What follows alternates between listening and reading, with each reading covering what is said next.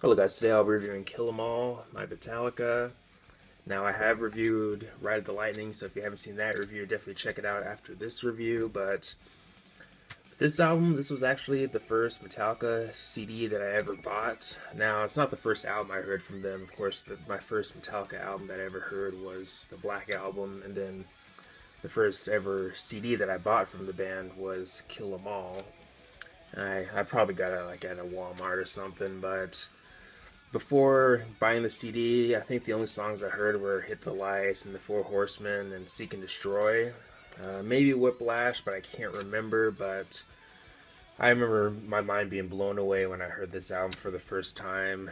I probably played it on one of my little radios or something like that. But definitely an album that I still enjoy to this day. Of course, a legendary album, a game changer of an album. Of course, in metal, you can make the argument that this album or some other albums from other bands started to thrash off in a way, but yeah, definitely a great album.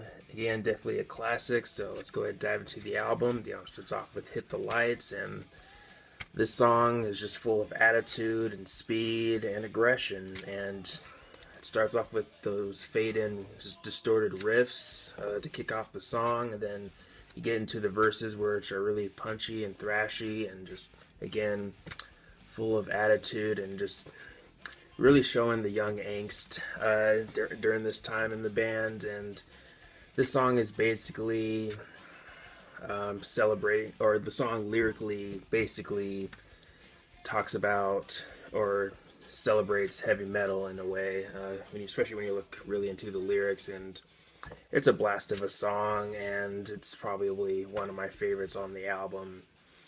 But then we get to the song The Four Horsemen, and of course Dave Mustaine contributed to the song with lyrics, of course, and of course he did his version of the song on Killing Is My Business and Business Is Good with the song The Mechanics. I like both of them, but I might like Four Horsemen a little bit more, maybe just by a hair though, because I do like The Mechanics too. But this is one of the more complex songs on the album. You get these gallopy riffs throughout the song, such as in the verses, and then you have that catchy chorus. And towards the middle of the song, or towards the midpoint of the song, you get things, the tempo slash rhythm start to slow down a little bit more, and you get a bit more melody, along with, of course, the solo. And often cited as one of the highlights on the album, and rightfully so. It's another favorite of mine on the album, and it still holds up for me today. But then we get to the song Motor Breath, and this song is lyrically about life on the road. It was written by James Hetfield. It's the shortest song on the album. Not my favorite on the album, but I do like it though. It's a pretty catchy song in general. And then we get to the song Jump in the Fire, and I believe Dave Mustaine also contributed to this song too, if I remember correctly. And I believe the song is lyrically about the devil watching people kill each other. And I believe the lyrical themes of the song were different in the early stages of the making of the song, and I think they changed it later. I could be wrong about that, but that's what I've heard. But another pretty catchy song. You get your more faster tempos and your more mid-tempo moments, and then overall, pretty good song. I don't know if it's one of my favorites, maybe an honorable mention, but overall, still a pretty solid song. But then we get to Anesthesia Pulling Teeth, which is, of course, the bass solo from Cliff Burton. And towards the mid part of the song, Lars Ulrich comes in with his drumming, and this bass solo is just awesome. Probably one of my favorite instrumentals from the band.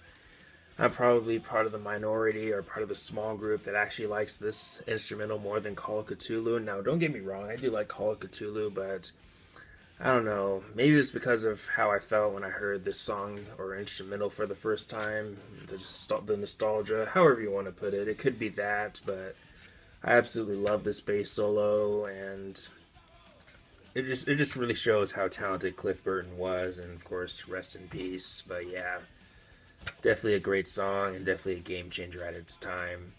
But then we get to the song Whiplash, another more thrashy tune on the album, and like Hit the Lights, it's full of attitude and aggression, and that chorus is just maybe one of my favorite choruses on the album.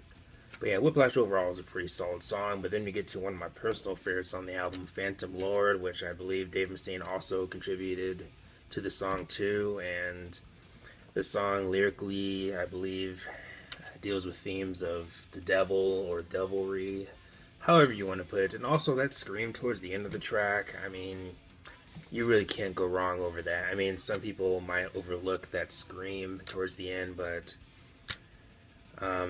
yeah, James Hetfield's vocals on this album are pretty dang good, and this song is one of the examples of that.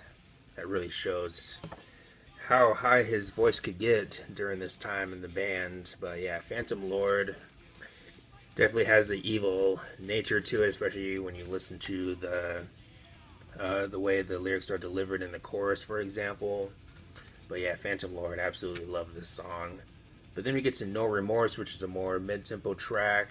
I know some bands have covered it. I've only heard, I think, maybe one or two covers of this song, but the song kind of underrated. Definitely a unique song on the album.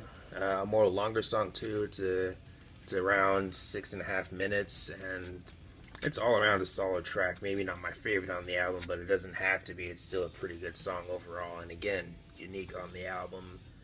But then we get to a fan favorite from the album, Seek and Destroy. Probably the first song I heard from this album, either that one or the Four Horsemen. But Seek and Destroy, I really like the more mid-tempo moments of this track too, and the chorus is one of those choruses that can maybe get stuck in your head. It's catchy and memorable, and it's another more longer song. It's a hair under 7 minutes long, and it definitely doesn't feel that way. It's an example of a longer song that doesn't overstay its welcome. It does enough to keep your attention, and this song all around is just excellent.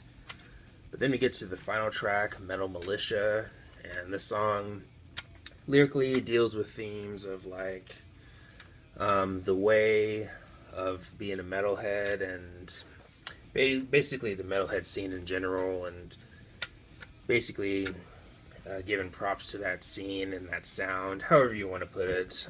Themes of that, but anyways, Metal Militia, another blast of a song, another banger.